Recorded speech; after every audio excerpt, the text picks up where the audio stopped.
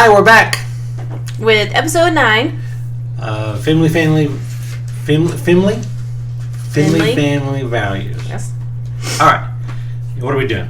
I don't know. You're the topic tamer. I like that. Topic tamer. We are continuing our saga of the top 10 reasons why couples argue. Is it really a saga? Well, you're doing 10. Yeah, I would say so. Countdown. Whatever. No, not saga. I don't agree with saga. We'll do a countdown. Countdown. Okay. We're on 4? Number 4. Oh, this is a good one. Are you ever going to spit it out? Spit it out. This is blame addiction. Blame addiction. Okay. Yes, it says, one thing most of us don't grow out of is when things go wrong, we need someone to blame. The whole world is like that. We find the force of circumstance too threateningly random an explanation. Introverts blame themselves. Extroverts blame other people. This is why they often end up together. I've never actually heard that before. That introverts blame themselves and extroverts blame other people. I don't know if that's right. Well, that's just what it's. I think. Are you an introvert or an extrovert? I'm an introvert. Yeah, and you blame me for everything. I mean, if the shoe fits. That's like the 4th time you said that. I know. It's your. I get stuck in a rut. It's your comment. Of the day. I think stuff is my fault all the time. I think a lot of women are harder on themselves, and therefore are also often harder on their spouses. Maybe. I don't know. I feel like I let a lot of stuff go. That we talked about that in another episode. Yeah. Okay, go ahead. I think women tend to beat themselves up. I agree with that. I believe that I don't know if it was the way you were raised, or if it's society, if it is, but I think not you specifically, but you always feel guilty. Yeah, well, and I was thinking about this the other day, and my theory is that, so my generation, we were told that you can do anything with the caveat of, therefore, you have to do everything perfectly. Huh, interesting. And so women compete with each other. Women compete against men. Women, are supposed to have the perfect career, have the perfect family, have the perfect house, have the perfect kids, and you literally cannot do that. So it's an impossible task. But plenty of women are pretending that that's what they're doing. So, yeah, I think we are hard on ourselves because we were kind of raised with this, now you want to have jobs and you want to have educations, okay, go ahead, but you still have to do all the other things too. Now, I don't think this next generation is going to be like that. Look, next generations. Well, what's interesting to me is it's kind of a little caveat here. Is, I used to watch the TV show Survivor, and I don't know if you remember this or not, but there was a season where they did men versus women. Do you remember that? Yeah. And I remember us talking about it prior. So this is going to be a bloodbath. The women are going to just roll them because the men are going to be like, "Oh, I'm the top dog. No, I'm the top dog." And you're like, you have no clue what's coming. And I was like, "What are you talking about?" You said they're going to be catty. You just listed out what was going to happen, and I said, I don't see that happening. And we started watching the show, and it was the exact reverse of what I thought. You were right about it.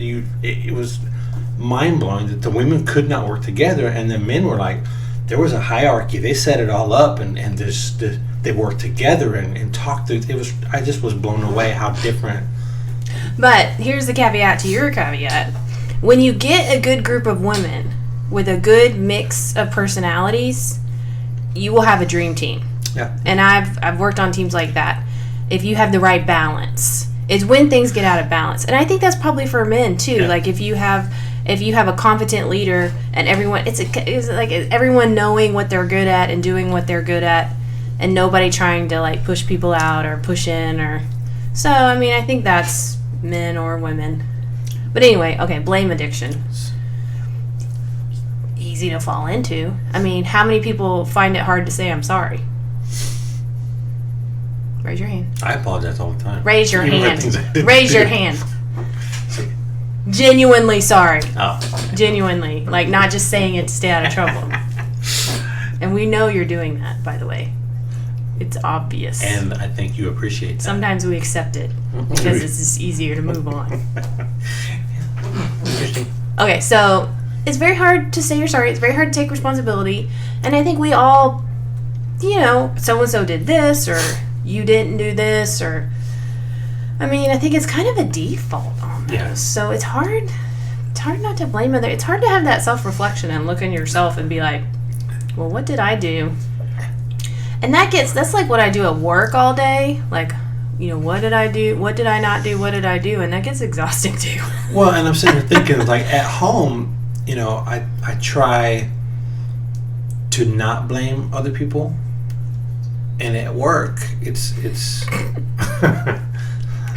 be careful. We don't know who's going. I don't blame other people, but I specifically will work very hard to make sure I don't blame other people at work, and I don't do that at home. There are more outside factors, like at work, that do really affect your life, I think, than when you're at home with your spouse. It's usually you're the factors. Yeah. So if something happened in your house, it was one of 4 people. So. But see, I give you all the credit for our success. The things that we've done together. I always, with Mother's Day and with your birthday, it's like, I know that without you holding us together, that this doesn't work. See, anger and bitterness can hold a lot of things together. I don't think that's true. I mean, I think if I wasn't around, this whole thing would fall apart. I think you and the boys, it would just be a different way of being together. It wouldn't be the same, but it would be different. Hopefully, I mean... Until you replace me with your bimbo, who I hate. She doesn't even like my kids. Then why are you with her?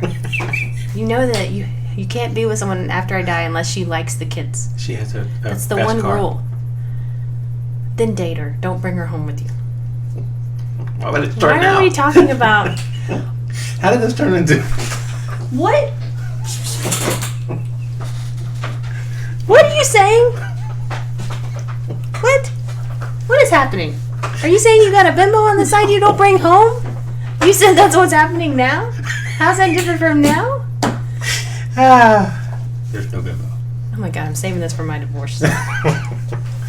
What is the show about? So years ago, I don't know if you remember this conversation, but years ago you said to me... Conversation. No, it wasn't. You said, or I said, when I go through my midlife crisis, I'm either going to get...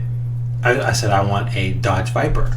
And you're like, you can't get a Dodge Viper. And I was like, I'm either going to get a Dodge Viper, or it's either going to be a car or a girl. And you were like, what color Viper do you want? I don't think that's true. That is true. It's 100% true. I've been telling that story for years. So now you think it's true? I know it's true. I remember it. Brother. See, I blame you for this. Okay, so what's our advice for blame addiction? Just let it go. I think you have to... Okay, so what's an example? What's an example of that? I don't know. Well, like there's gunny sacking, and that's the person who keeps... I don't remember where we learned that term from. That was at our premarital... Was it counseling? Yeah, premarital counseling. And that's a person who constantly brings up things that have happened in the past, which I think we've touched on before. It's not a healthy relationship. It was it's a very conscious effort for us to not do that. Yeah, and I mean, you kind of have to break the habit. Mm-hmm. Now, if it's something big and bad, I don't... Like, it's one of those things, if you can't get past it, you probably need to get, like professional counseling or marriage counseling or something, which I think is a good idea if you're having big problems that you're not able to resolve yourselves. Yep. But like, so gunny sacking, you keep bringing up things from the past over and over and over to beat someone over the head with guilt. That's not a healthy way. And it's also how you deal with, like, if you have an argument and the husband wins the argument with these facts or whatever, they're saying when they gunny sack, when they're losing an argument, they bring that back up. Yeah, because they knew they could win with that point. And so we don't do that. I think it's just about blaming doesn't really help anything. Are you trying to make your partner feel bad? Does that make you feel better? Are you trying to get them to say, I'm sorry? Like Dr. Phil says, do you just want to win? Do you just want to win? Yeah. Although I don't know if Dr. Phil is good to bring up, but yeah. What is that? Do you want to be right, or do you want to? I can't remember what that saying is. Do you want to be right, or do you want to win? Right? Do you want to win, or do you want to? I don't think so. Okay, never. We'll skip that part. Edit. That's fine. So, if something's wrong, just saying, "Oh my God, you do this all the time." Da da da da da. I think a healthier conversation might be, okay, so why do you leave your clothes on the floor when the hamper is right next to it? Instead of, you're always throwing your clothes on the floor, what's wrong with you? You might be like, why? And I don't do that, so. Why do you always throw your clothes? Now, if it's your 16-year-old child, they don't know why. To aggravate you, maybe. Because they're so lazy. Because they literally don't see the hamper. I don't know. They throw it. It boggles the mind. Next to the hamper. Literally next to it, beside it, the open hamper. Open. I make sure I prop it open. It's just like a matter of a foot. Drop it here or drop it here. See, now you're blaming the boys for throwing their clothes on the floor. I blame my kids for everything. Okay. So, blame is challenging. So, I think that's one of those things where if you find that you're always blaming your spouse for something, because I mean that would be awful to live in a marriage or in a partnership where you're always getting blamed for everything. I mean, nobody can live like that. That's depressing. It's been tough. Anyway, so I guess you just have to kind of think: is there a different way I can phrase this? A different way to look at this?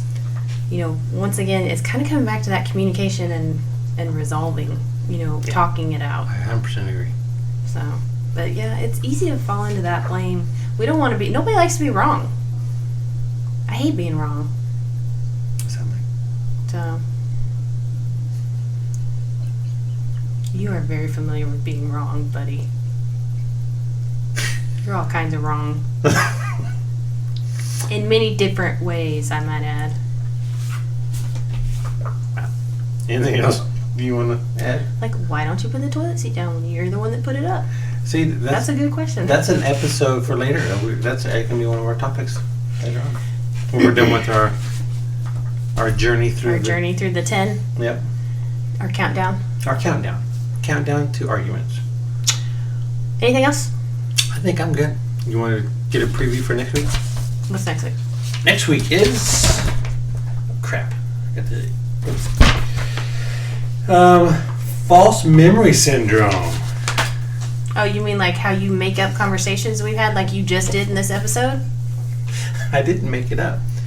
Here's the advice for that: stop it. Here's I'll give you a little preview. When you have a wife that doesn't remember anything, you can get away with a lot. Get away with a lot of stuff. It's not nice. I have brain damage. You don't. And you take advantage of my brain damage. I was like, yes, you said I could go out with my buddies. When did you say that? We've been talking about it for months. Do that. Listen. First of all, you don't have buddies. Poor little baby. I read an article that said that happens to men.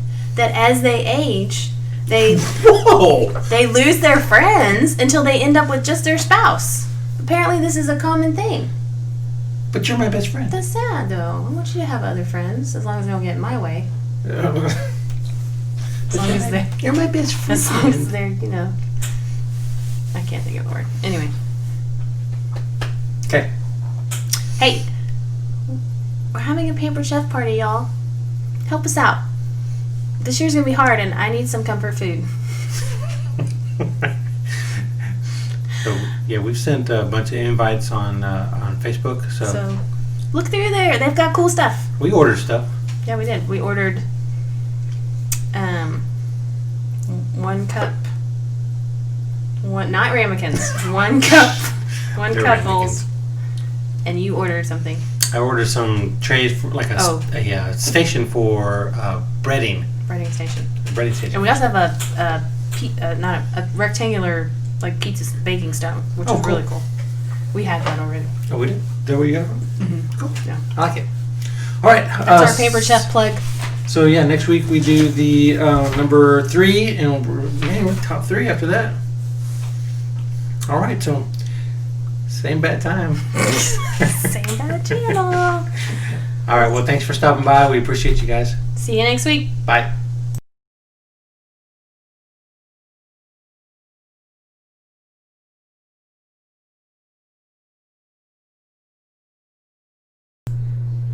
I don't know if this is on. Hello, test. Did we talk about we were going to leave it on? Well, I need to That I verify. have to do everything. I need to verify that I'm not. Wait, what? Since I have to do everything. When did that start? I have to bring the seat over. Oh, poor baby. You're not in the shot, so nobody got to see that. So, hey, love muffin. Oh, why are Are you you not? ready or not? I have to verify Verify what? that I'm not wearing the same shirt I was wearing last week. Nobody cares. I cares. Nobody is looking at that. Nobody's saying, oh God, Ken's wearing the same shirt that he wore. They're going to now that you're pointing it out. You only have 5 shirts. Eventually it's going to happen. Wow. Why you tell me am I ready and you're not ready? I asked you a question. I am ready. Are you ready? I guess so. Hi, we're back. With episode 9. What are we doing? We're going through what? About submitting to your wife. I am pretty sure that's not what this is about. Hey everybody. Why are you frozen? We were starting. Okay, I'm ready.